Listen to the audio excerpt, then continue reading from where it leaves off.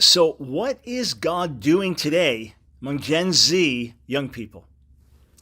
Hey, friends, Michael Brown here, coming your way from Federal Way, right outside of Seattle, Washington. I'm not going to be taking any calls today. I've got a special interview sitting here with some young people from the church where I've been ministering this weekend. I did a Saturday night service. They have 3 services on the weekend because of the amount of people that they have. But I did a Saturday night service and preached on one subject, then Sunday morning on another subject, first service, then Sunday morning, second service, another subject. And there were folks who came to all 3 services over the weekend, especially the young people, which I was glad to see. So I asked the pastor, Pastor Ben, hey, can you grab some folks here at Northwest? Can you grab some folks together? And I want to sit and talk with folks that range in age from 16 to 25.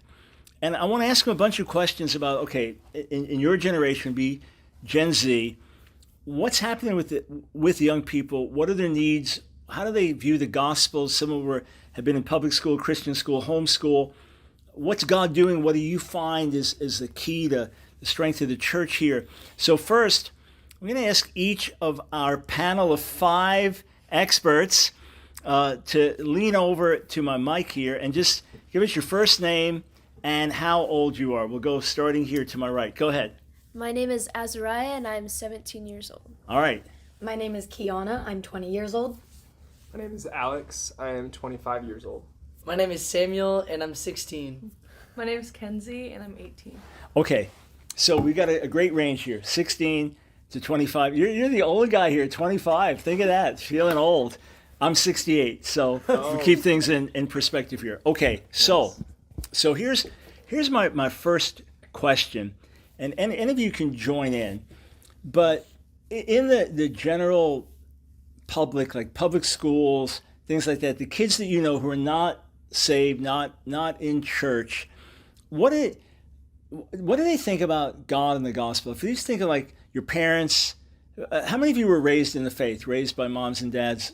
So you're all raised in Christian homes, right? So your parents grew up in a little different world than you're growing up in. I grew up in a different world too. But we'll start over here and just go around with any thoughts you have. But generally speaking, like when your friends know you're a Christian, talk about Jesus, God, Bible, is that like a good thing to them? Is that something they're totally unfamiliar with? Are they hostile? Any of you can jump in, but what do you see? What's the climate, spiritual climate among your contemporaries? Go ahead if you like. Oh, well, the friends that I've had, and whenever I invited them to church or talk about God, they're kind of just like, yeah, okay, like, they don't receive it as how you would want them to, I guess, but there's only been a few times where they're like, no, I don't agree with that, or we disagree like strongly on different things. And so, yeah, just with the friends that I've made throughout the years. And in the public schools, those who are in it, how many kids, what percentage of the kids, if you're in a class, the classes you're in, how many other kids seem to be real serious believers? I would say very few. I just growing up in like the public, like going to a public school, I did not know a lot of other people that had a similar faith to mine. There was maybe like a few in every class, but the older we got, the fewer there seemed to be. So, Yeah. And again, what about when it would come to like social issues and things like that? Let's say, gay, lesbian, bi, trans, etc. The public schools you're in, was that a message that they were sending? Was that something you ran into a lot?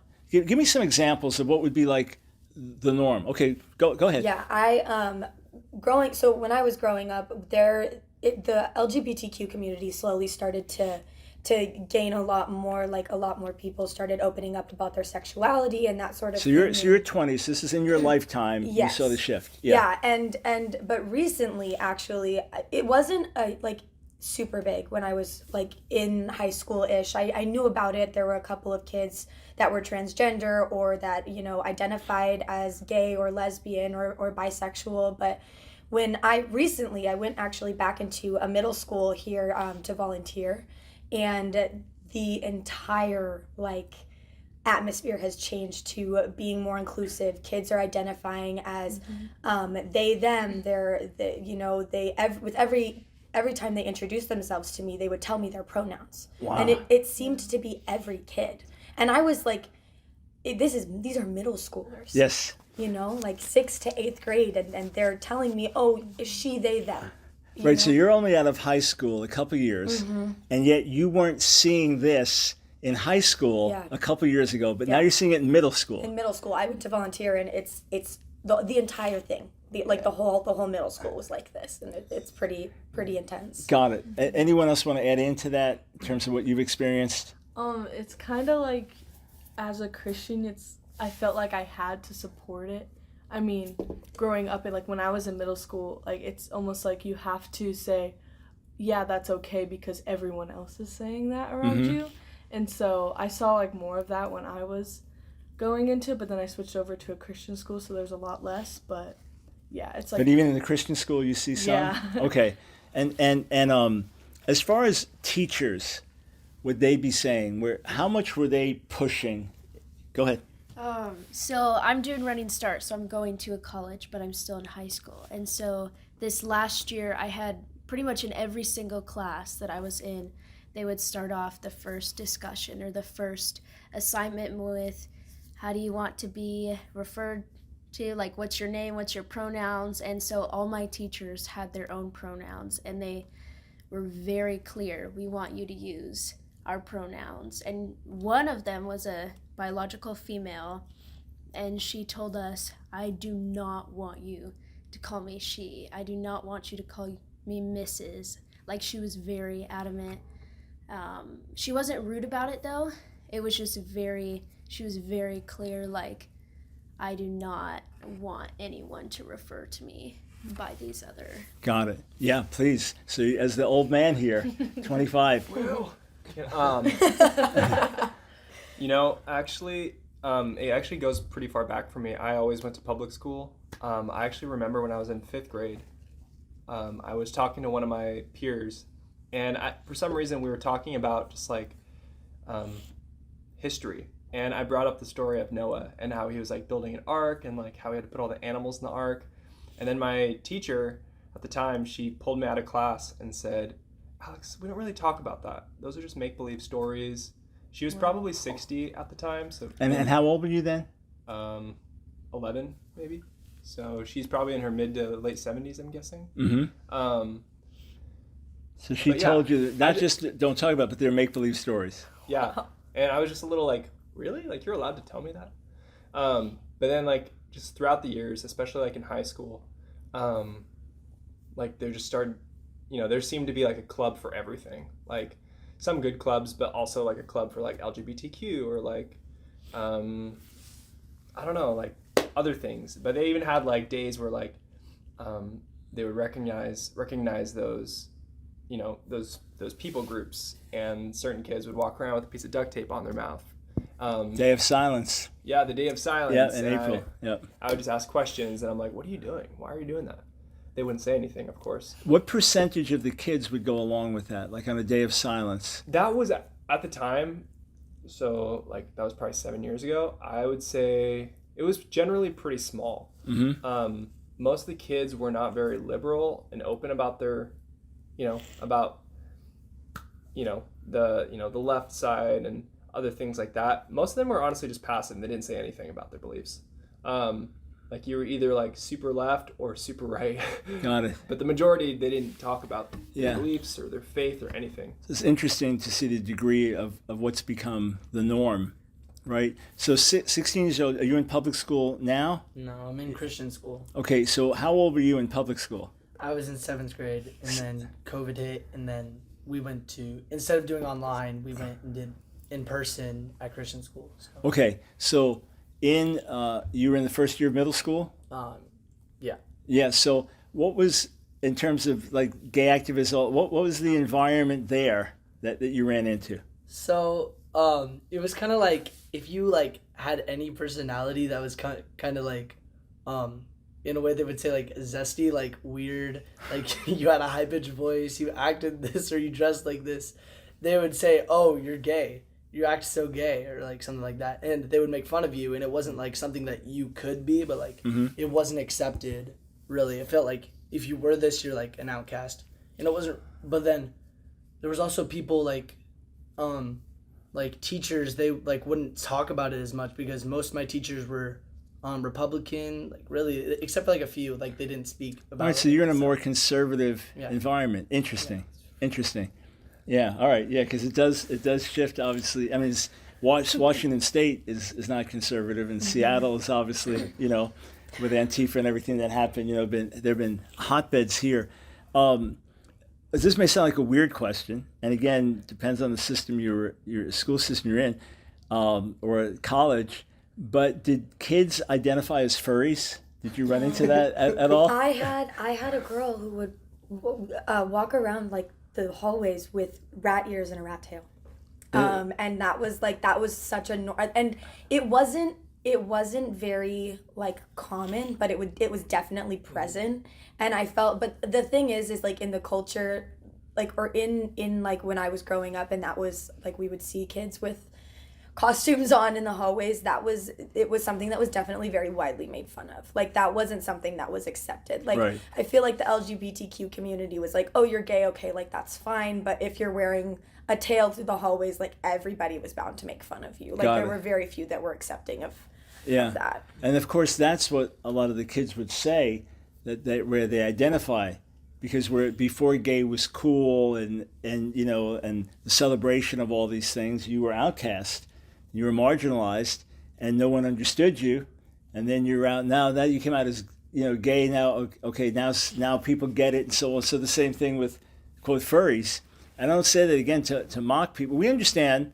Everybody goes through phases, and I went through my phases as a teenager. Wasn't raised in the faith and all that. So sometimes it's just rebelling against the system, or just doing things to kids wear a certain haircut just to tweak you, just to get a reaction. Yeah. So I understand that, but then you have others that really, there's issues on the inside. So I want to go deeper in our next segment and talk about, spiritually speaking, what some of the pressing needs are. I absolutely believe, as I shared this weekend, that we're going to see a massive harvest of souls when those in Gen Z, which would be the most fatherless generation in our history in terms of kids born out of wedlock, would be, in terms of stats, the loneliest, most depressed, suicidal, which is sad to see, but the most ripe for the gospel, potentially. So we will be right back on the other side of the break. Hey, let's have a hand here. Come on, for our panel of experts. Yeah, there we go. We'll be right back.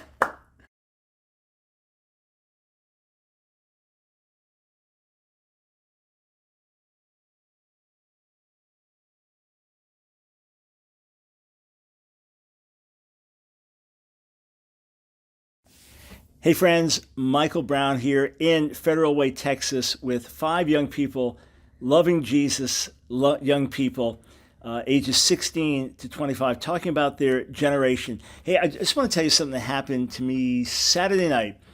I preached, people came to the altar, sought God together, and then afterwards there were a number of pastors, leadership teams from, I don't know, maybe 10, 15 different churches. So a number of them were able to stay after. So I just did a Q&A with them for like an hour. And there was one gentleman from Squim, is that what it's called? Mm-hmm. Like Squim. I didn't believe there was such a place called Squim. So he drove like an hour and a half to be here, 39 years old. And hey, buddy, if you're listening, send us your own testimony in your own words, under 2 minutes. We'll use it. But he wanted me to know, he's a regular listener to the broadcast, but he wanted me to know that he started using our wellness supplements, Trivita, which co-sponsors our broadcast and helps us reach so many of you. And he's 39 years old, and he said, I want you to know I'm now lifting weights I haven't lifted since high school. So I said, what are you doing? He goes, the same regimen as you. So no Palea, nitric oxide, Myo Health. So they're not substitutes for healthy eating, but boy, they are great supplements, and you will get results. So call 800-771-5584, 800-771-5584. Check out the great supplements there. It's a great way to support our ministry and bless your own life. You can go to Trivita.com, Trivita, Trivita.com. Use the code BROWN25, And I want to hear your stories. I want to hear your results as well. Okay, so getting back to Gen Z, did you know kids, or do you know kids that cut themselves? Yes. Yeah. All right, so I need you to lean in closer to the mic here. This is not a new thing, right? It wasn't common when I was a kid and all the drugs, rebellion, and crazy stuff. This was just not something we did. So it's something more recent. And, millennials, so the generation before you, it's been common among them. Why, to your knowledge, do kids cut themselves? What's going on? Why are they doing it? I personally know of probably 6 people that have cut themselves or are still cutting themselves. And, there's also other things that go. They have depression, they have anxiety, they Right. have suicidal thoughts, they've tried to commit suicide. When I've talked to these people kind of about, like, hey, like, what's going on? Like, how can I be there for you? How can I support you? It's always just been, like, no one can help me, almost. Like, there's, like, no point to praying. There's no point to doing anything. Like, I'm outside of reach of help, almost. So it's been hard trying to navigate, like, because I almost feel like they don't have any hope. Like, they don't see any sort of, like, point of getting help because they don't think they can. Like, All right, so the hopelessness, and what, to your knowledge, why are they cutting themselves? Because they're hopeless. So what's the purpose of that? I think that, at least what I've been told, growing up in public school, it was actually more common than I think people realize. Yes, absolutely. It's very, like, not talked about, I think, just because, like, most of the kids that do it are ashamed. They definitely, like, hide it from the outside world because they consider it embarrassing. But from what I've been told by friends that I've seen going through that is that they do it because it takes the pain, like the mental pain that they're going through, it takes their focus away from Right. that and onto the physical pain that they Yep. feel. So with cutting, they're no longer focused on their depression, their anxiety, their thoughts of hopelessness. Like Azariah was saying, like, they feel so hopeless and helpless, and like there's nothing on this world that is going to be able to fix their mental pain, but it takes the edge off because they're doing something physically that is causing them pain physically, so Got they're it. not focusing on Right. that. Yeah. That and so I want to probe in a minute why there's so much hopelessness and depression and loneliness and suicide. Try to get to the root, and then talk about what God's doing, what you're seeing in lives that are changed. So that's one thing I've understood over the years, that the emotional pain is so intense that this at least is a distraction. Another thing that I heard was that it enabled them to feel, because some of them were so dull. So go ahead, comment on that. I have had a few friends who, like, gone through, like, struggle with, like, self-harm and doing that, and it's how I've explained, or how they explained it to me, was like they feel empty because they're going through depression and other mental illnesses, and so they do it because they want to feel something, and maybe that is, like, feel physical something, but then it also causes them to, like, feel ashamed, or just, like, some type of emotion. They Just want to to feel. feel something. Yeah. I also want to comment. I feel like, me, Azariah, and Kenzie are all commenting on this, but I feel like it's definitely more common within girls. Like, I don't know a lot of, and I mean, you guys can probably speak on this too, but I don't know any guys that Interesting. have cut themselves, but it's definitely a common thing within young girls and women. I don't know any men that have gone through that, so. and I also think that ties into, like, self-image. I think a lot of young girls struggle with how they see themselves. And you start to feeling- develop and change. Yeah. And that's a lot of the whole And- trans thing. I'm not at home in my body. Yeah. And now you're told, well, this is why. Because Yeah. you're really in the wrong body. and comparing themselves to, like, other girls that they see on social Yep. media and stuff. Yep. Yeah. All right. So, and this is interesting. I have to think through what I've heard. I know certain things I can say is more common with male, female, but this may be well known that the cutting is more common with females. Don't know, but it's interesting that's your experience. Okay. Why so much loneliness, depression, as best as you can tell, from kids have interacted with, why is it, a lot of them are in decent homes, a lot of them are, they're not impoverished financially and things like that, and yet the hole is so deep. So why if you were to ask them why, you may have your perspective spiritually, but if you were to ask them why are you so hopeless, why are you in so much pain, what would some of them tell you? Any thoughts here? Maybe they can't articulate it. Yeah, go ahead. I feel like if I were to ask like my friends from high school that, they would say it's because they just feel empty, that nothing they do makes them happy long term. And they just feel like they have to keep looking, and yeah. So nothing satisfies. There's emptiness. Yeah, go ahead. Yeah, I agree with Alex said, like, they just feel empty, and they don't have like anything like in their heart that's like making them like feel anything. So I feel like it's a way of them, like, just my perspective is like, it's a way of them trying to find an identity in something, like, oh, I'm depressed, but like that's not what their intention is, but like that's also like a way. It's a category they put themselves in. Yeah, I don't know why, but I feel like so many people just want to feel like important and feel like they have, and that's also like with transgender, they want to feel like I'm special, and then that whole community supports that. Now you become somebody you were nobody before, but now you're going through transition, you got a lot of followers. Yeah, I think also though, at least from like my experience with like walking with friends who have really struggled with depression, anxiety, those different kinds of things, I've definitely experienced like people being like, no one understands me.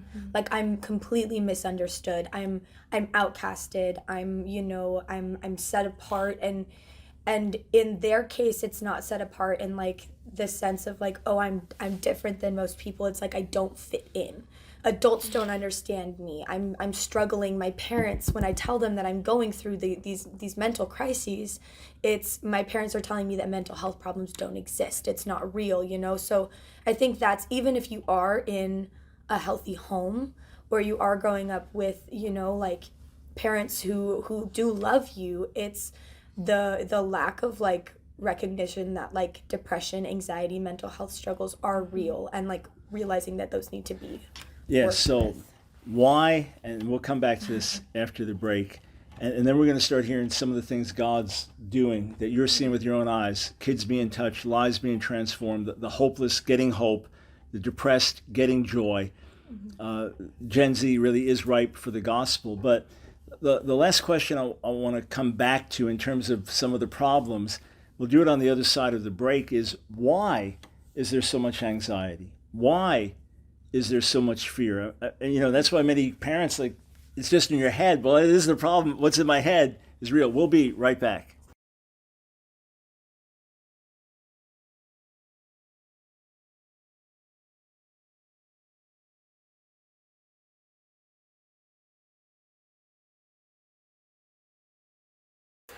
Hey friends, welcome back to The Line of Fire. Michael Brown here, your voice for moral sanity and spiritual clarity. In between Sunday services, a gentleman sitting behind me just turned to greet people, and he said, "You inspire me." He says, "I got shot in the arm." Listening, if you're listening now, buddy, with your wife, I'm sure smiling. But because the wife, smart wife, they introduced the husband to the broadcast. But that's what we're here to do. I mean, literally every day infuse you with faith and truth and courage. And today, as I'm talking to these Gen Z young people, and the neat thing is, Pastor told me he got a whole bunch. There are that many young people in the church that love the Lord and that are articulate and have a heart for their generation. So we just grabbed 5 ranges 16 to 25 in age. I'm not taking any calls, and just having this discussion with them. So some of them, how many of you were at the youth camp? So most, and 25-year-old, I'm glad they let you in at least a little bit. But hearing great reports, numbers of kids saved, rededicated, touched, and delivered. And so God's at work, and we're going to hear some really neat testimonies in a moment. But the big question, it's easy to look down. It's like, what's the matter with you? Why are you struggling? Why are you going through this? We'll see young athletes, they win a championship, the tennis championship, and then they don't play the next one. It's like, why not? I got to deal with my mental health. And some are thinking, don't you think we didn't struggle? Don't you think, don't you realize we went through our own struggles and just suck it up and be tough? It's like, why aren't you just doing it? Well, because there's a problem. In other words, they're hurting in certain ways. So I'm not here to point a finger, say what's wrong with you, but to try to find out why so much depression, loneliness, fear. You got social media, everybody's connected, right, to somebody, and yet people are more lonely than ever. So the fear that's out there that causes a lot of the depression, anxiety. So let's start. What do you think are some of the causes for that fear and anxiety? I just know from growing up with social media and having that like access to so much, I was like open to so many things. Like just like as an example, learning about depression, it was like I learned about the symptoms, and then I noticed people around me, they would start to like say they were struggling with it, and it's just because we're so like open to it.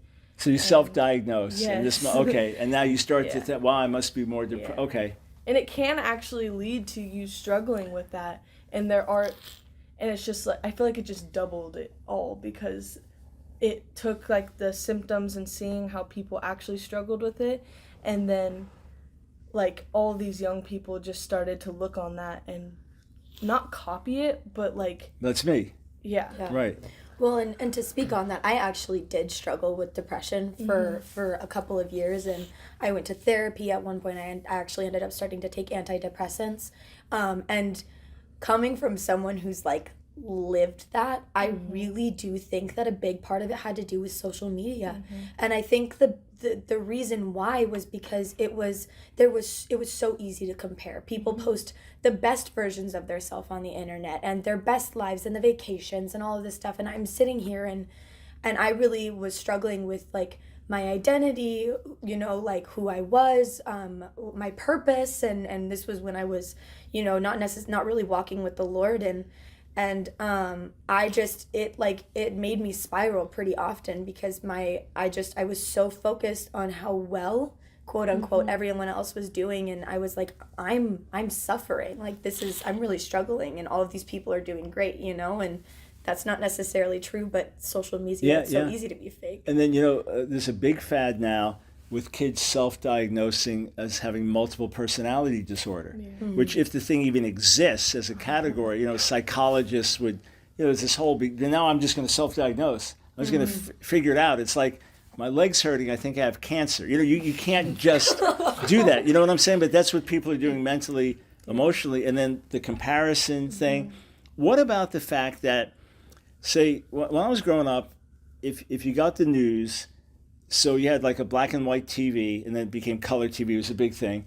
But the news was on. It was like 6 o'clock news and 11 o'clock news. So you could watch the newscast. You get a newspaper. So if something happened in another part of the world, you might find out the next day. You didn't have a video of it or anything to watch. You hear about it.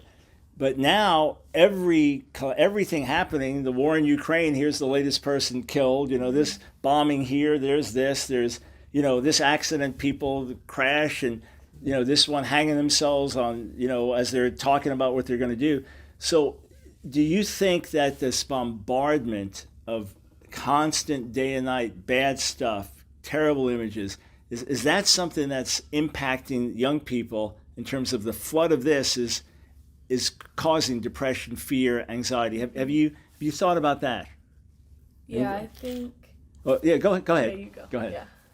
I actually haven't thought about that a whole lot, but that I could see why that wouldn't help, just that constant awareness of the negativity that's happening around the world. I guess maybe to bounce off the whole self-diagnosis theme that we're talking about. Yeah. If I can just say something, because I feel like we're moving away from that topic. Yeah, no, go ahead. No, go back to it, please. But I think the first thing that came to my mind was, I think there's a lack of solidarity in the lives of a lot of young people, and just in what do you mean by that? Maybe a lack of truth and values that are instilled in young people. Mm-hmm.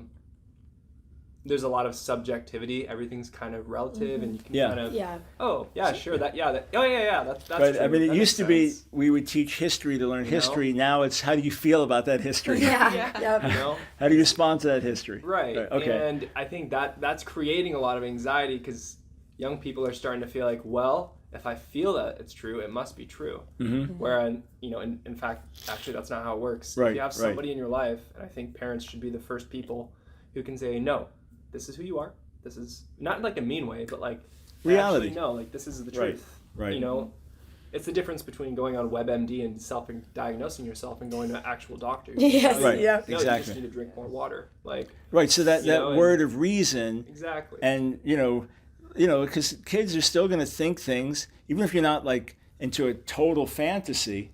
Like you might be 15 years old playing piano, think I'm probably the world's greatest piano player. You could easily, and the parents like, no, actually, you need to keep working. You're not even going to make it through this class, kind of thing. There is that reality, that the kid's got the Superman cape on, is about to jump out the window. The parents like, no, you can't fly. That's just a movie. Yeah. Right, but you're saying that now with the subjectivity and even parents affirming it, it goes south in a hurry. Well, and you can even connect that to like the news and what's kind of put over like young generations. There's so much negativity that I think is constantly being flooded into our minds, into our ears through the news and through social media and all of that. That like, if this is happening there, what's stopping it from happening here? Right. Like this is happening everywhere, and it's so normal, and it's so like it's terrifying.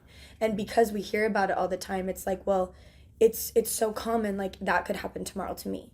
So that causes a lot of fear and anxiety and depression because it's like this is common. What about fear of like global warming, climate change, end of the world? Do you hear much about that? Is that more like a just curious? Not something I focus on a lot, but you do hear, as your generation's growing up, there's some say I don't want to have any kids because I don't want to bring them into the world when the world's going to be destroyed. Yeah, I hear that and a it's lot. just Yeah, I hear okay. that a lot. All right, so everyone can connect endlessly to infinite numbers of people through internet, social media, and yet there's more loneliness than ever.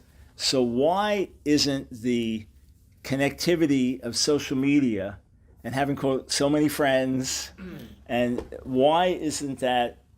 Why is the end result that people are more lonely and isolated than ever? It seems to be the opposite.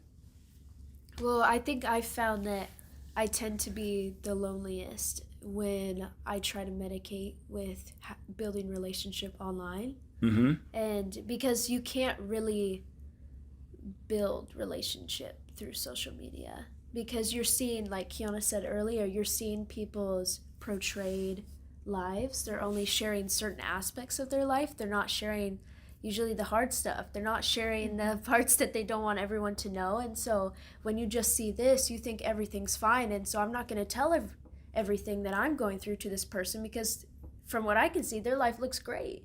Mm-hmm. But when you're actually in a relationship with someone in just one-on-one and they're like, I'm going through this hard thing. Like you can build a relationship because it's not just like you're seeing this one thing. Like you're actually seeing that they're going through hard stuff. I'm going through hard stuff. Yeah, it's how not can I be perfection. praying for you? How can I be...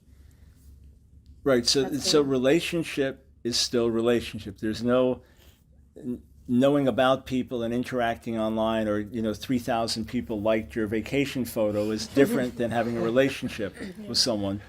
And social media, because that's so much of the time is spent there that we end up isolating from real relationships and relating through these, which are artificial. All right. So as you see God moving now, and we'll start here and then spend the last segment talking about what God is doing, but just kind of paint a picture of what's there and the world people are living in and those we're trying to reach. As you're seeing God moving and kids are getting touched for the first time, what is it that happens to them? It's if all right, I mean there's so many questions to my question, but when you see someone that really get like, what happens? What is it like? Wow, I found it, or I discovered this. So, I think my favorite thing that I saw like this week that God like kind of like pointed out to me is that when they would like surrender, or like we had a lot of deliverances and just like people just like finally like giving in and responding to God, it was like they were were able to be like a child again, kind of just like free and joyful. And I feel like okay, talking about like culture and like social media and stuff, I feel like so many and the kid, you had to put your cell phones away and Yeah. everything, right? So they got them taken away. right, you got taken away, right. And it's like everyone's so cautious, and it feels like you have to be like mature and this type of thing. And once like you just like let go of that, it's like they were able to be innocent and like just having joy, like just doing worship and stuff. And it was like, and that's like how God wants us to be. He wants us to be his children. And so it was just so like, it just made me so happy and like in myself too. I felt like I was able to be more like a child and more like trusting him, and it wasn't like so complicated. And interesting. Yeah.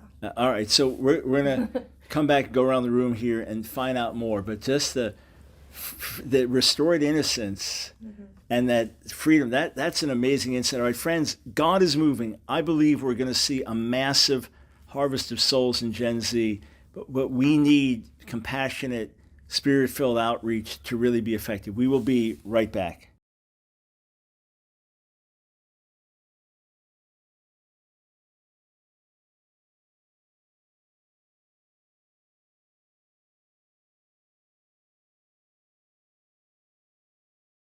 Thanks, friends, for joining us on the Line of Fire. One thing I did at the start of every service over this past weekend here in Federal Way, Washington, was I asked everyone, have you downloaded my app? Did you guys all download the app? Yes, I did.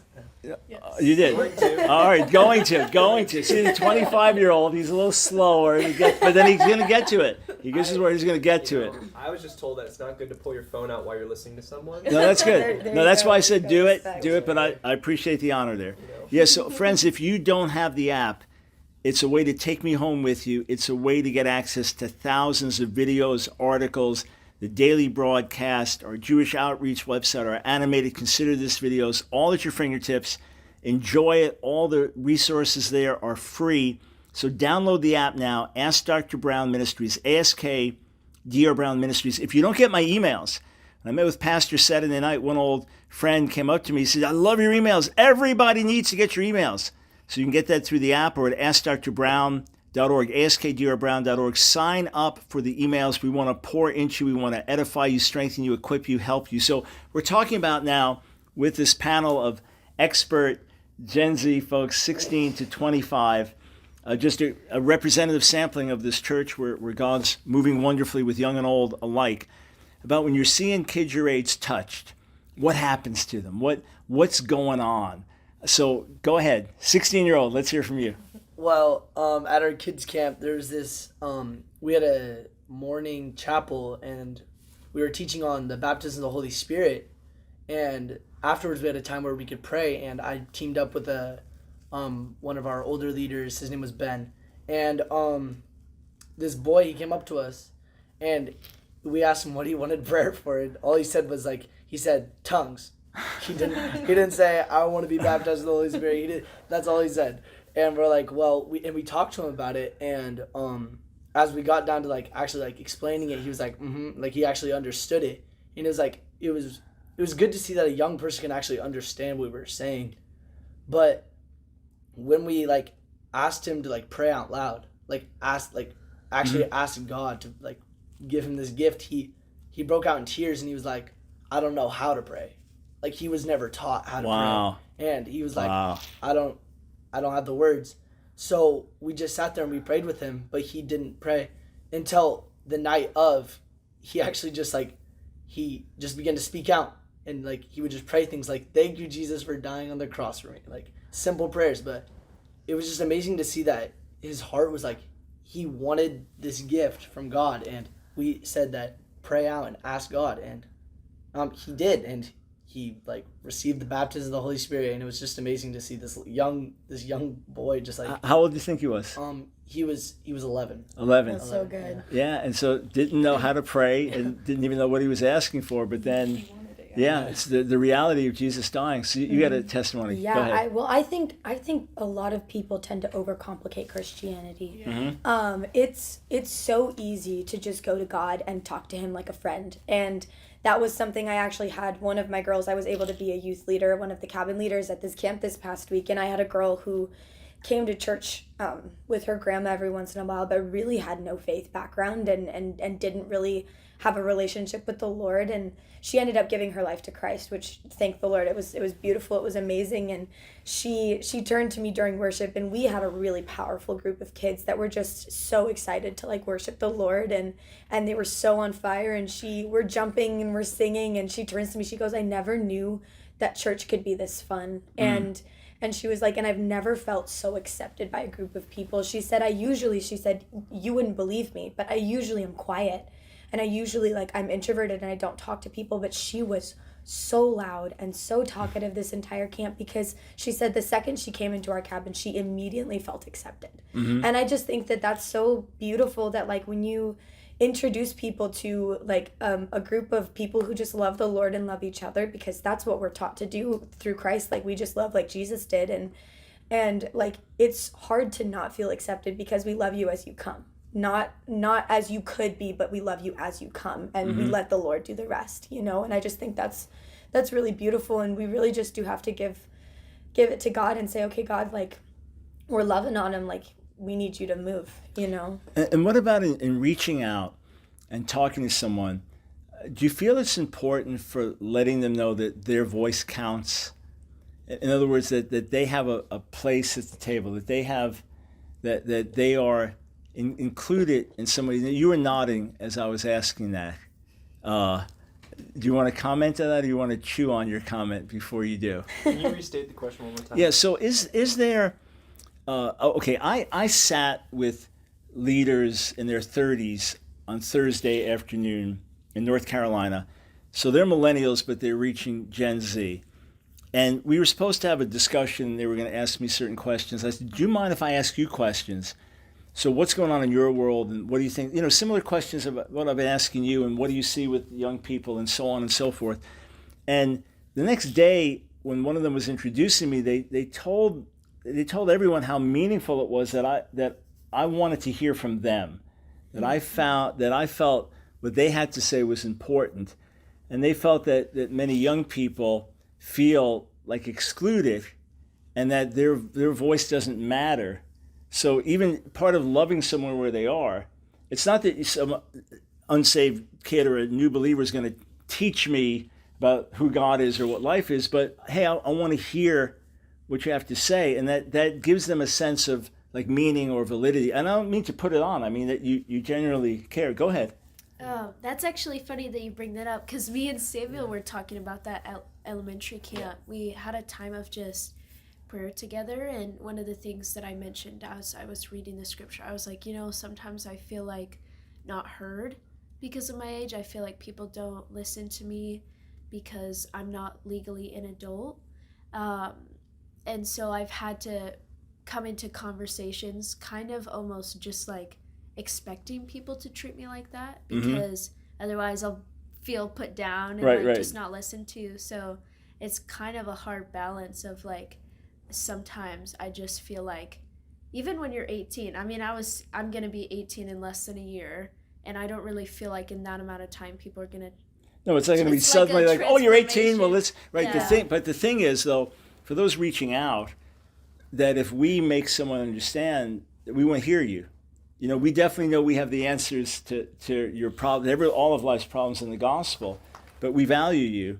We want to hear from you. There is that sense of belonging that's important. So in your own lives, if you're talking to one of your peers and they don't know the Lord, right? And they just say, well, who is this? You know, who is Jesus to you? What does he mean? What's he done in your life? What's so big about this, right? And you were just going to not tell them, like, go through all the truths of the gospel, which you would, and we all sinned and Jesus died for us. But just in your own life, who is Jesus to you? What is it that he's done for you? You know, What if I was asking you, oh, you got this pet Chihuahua, and you go, oh yeah, he's got this kind of personality, this or that, or your brother, he plays, he's in college, but oh yeah, he's this, he's that. So if they're, who is Jesus Um, to you? well, I'd say Jesus is just like someone that's there. Like when I was younger in like the youth group, I had like a group of friends but through COVID they all left the church, and I was like, what's left? But then like I just went through a season of just being like sad because I was like, oh, I don't have my friends anymore. But then I just realized that it was never about just having these friends. It was about Jesus the whole time. And it took me a while to like know that, but like it's like relationships will come and go, friends will go, like family will go, but Jesus will always be there by your side, and like you can always just like reach out to him and talk to him, just like yeah. Yeah. that's So to good. know that, to have learned that at 16, and I'm 68, it gets more true and real every year. Awesome. So someone else. Go ahead, please. Yeah. I feel like I would say, of several things, Jesus to me has been my source of truth. He's been like my pillar of truth that just brings clarity to my life. He brings a sense of like I was saying, like I think obviously without God, there's no solidarity. Anything can go, and that's a really fearful world to live in. Nothing certain. Yeah, it's not. But then certain, him, I'm the and- way, the truth. You read his words, it's like Yeah. boom. Yeah, Yeah. it's that Truth. constant, and I know I need that. Yeah. Yeah.